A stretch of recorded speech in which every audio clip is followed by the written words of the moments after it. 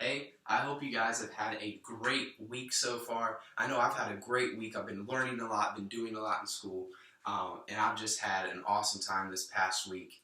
Uh, and I have a message that I really am looking forward to sharing with you guys today. It is something that has really been speaking to me, really having God move in me, and I can't wait to share that with you guys. So I hope you guys enjoy, and I will see you back next week for the last segment of Gap God. I hope you guys have enjoyed the series so far. I know I have definitely enjoyed speaking it, and I can't wait until God just continues to move in my life and I get to share more with you guys. So, potential. A lot of us are dealing with some things where we have the potential to do something.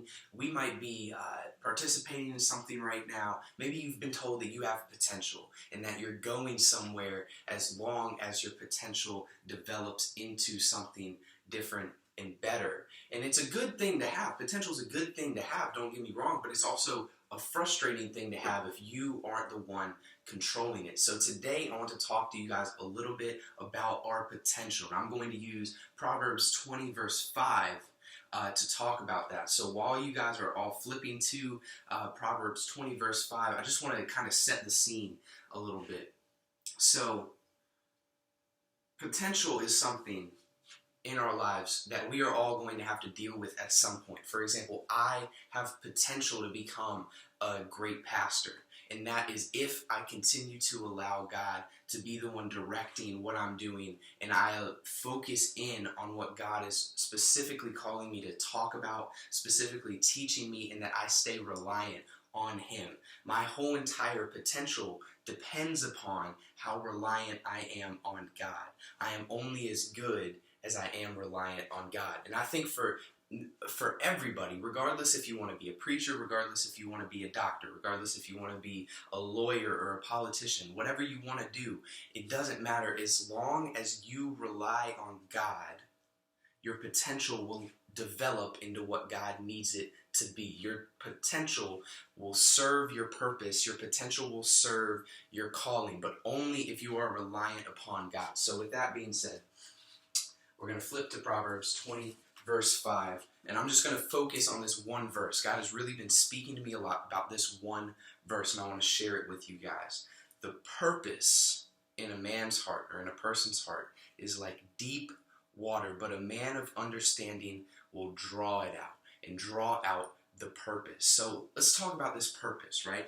The purpose in a man's heart. So we have a purpose in our hearts. God has placed a purpose and a calling on our life. And even if you don't know exactly what that purpose is, I want to share a little bit about what your purpose is. Because there are certain things that God is calling us to do no matter what stage of life you're at. God wants you to glorify Him. God wants you to glorify Him through your actions, through what you say, through the things that you do, everything in your life.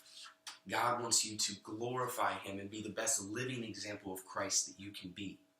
That is a purpose for your life. A purpose of your life is to grow deeper in your understanding of who Christ is and of who God is. If you are not spending time with God, if you are not spending time learning about God, you are not fulfilling your full purpose, because the more you learn about God, the more you learn about what God has for you, and the more you learn about what God is speaking specifically to you. There's a purpose on all of our lives. So this purpose has potential behind it. I am not in the place that I am going to be in 5 years. I am not in the place I'm going to be in 6 months, or in a year, or in 10 years, however long that is. My purpose has potential to it. And it's what you do with that potential that determines who you become.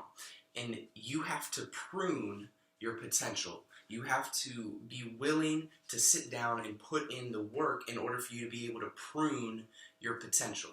And there's a way that you can expand your potential, but you have to be careful which way you're expanding this. And to talk about this a little bit more, I'm going to focus on the next part of the verse, is like a deep water.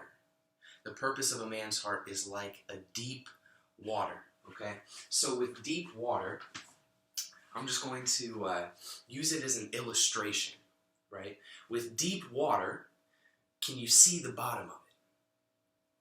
When you're looking down, and if it's truly deep, I don't care how clear the water is, if you go deep enough, there will get to a point where you can't see the bottom. Let me tell you something. If you can see the bottom of your potential, then you don't have to trust God for it. Let me say that again. If you can see the bottom of your potential, you don't have to trust God for it. God did not intend you to see the bottom of your potential, but God did want you to know the limitations, the width of your potential.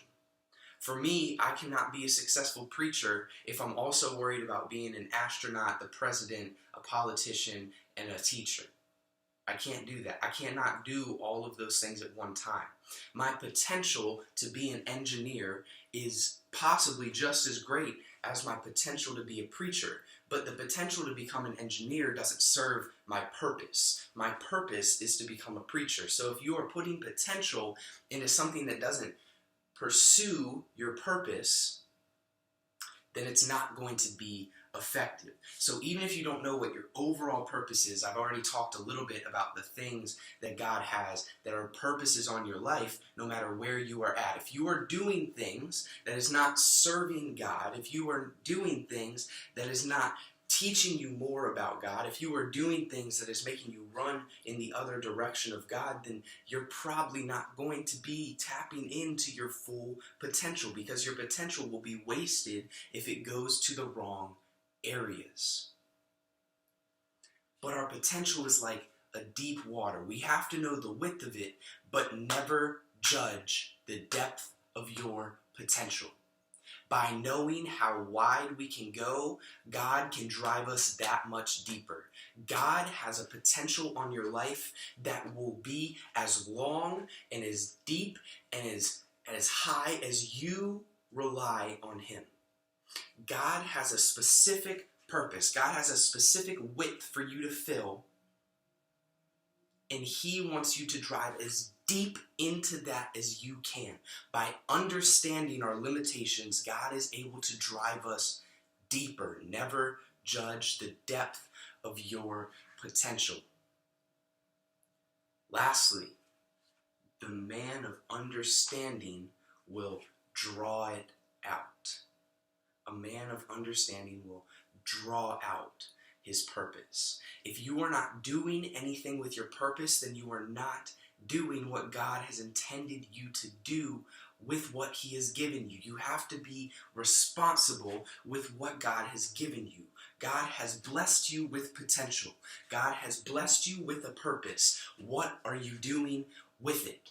If you are not doing anything to develop your potential, you're not doing anything to draw it out of your heart. You are not doing anything to understand it further, and that's a step back from where God wants you to be. God wants you to embrace your purpose, embrace your calling, and tap into the unlimited depth of potential that He has for you. But that is only done through practice. Practice develops potential. Persistence develops potential. Practice persistence. We must take the potential that we have and use it. Unused potential is useless. If you have potential, but then don't put it to something, then it's useless.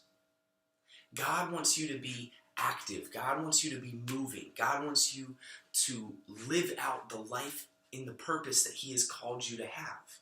And if you are not being active with what He has given you, then you're not living up to the full purpose of your life. I hope this was helpful for you guys today. I know it has definitely been helpful in speaking to me. So, if you have any other questions, email me at pastormitchs@gmail.com, and I'll be more than happy to talk to you more about it. I hope you guys have a great week, and I will see you next week for the final installment of Generating a Gap in Blank, or Gap God, whatever way you like to think of it. I cannot wait to preach it. I'm very excited for it, and I will see you guys all next week.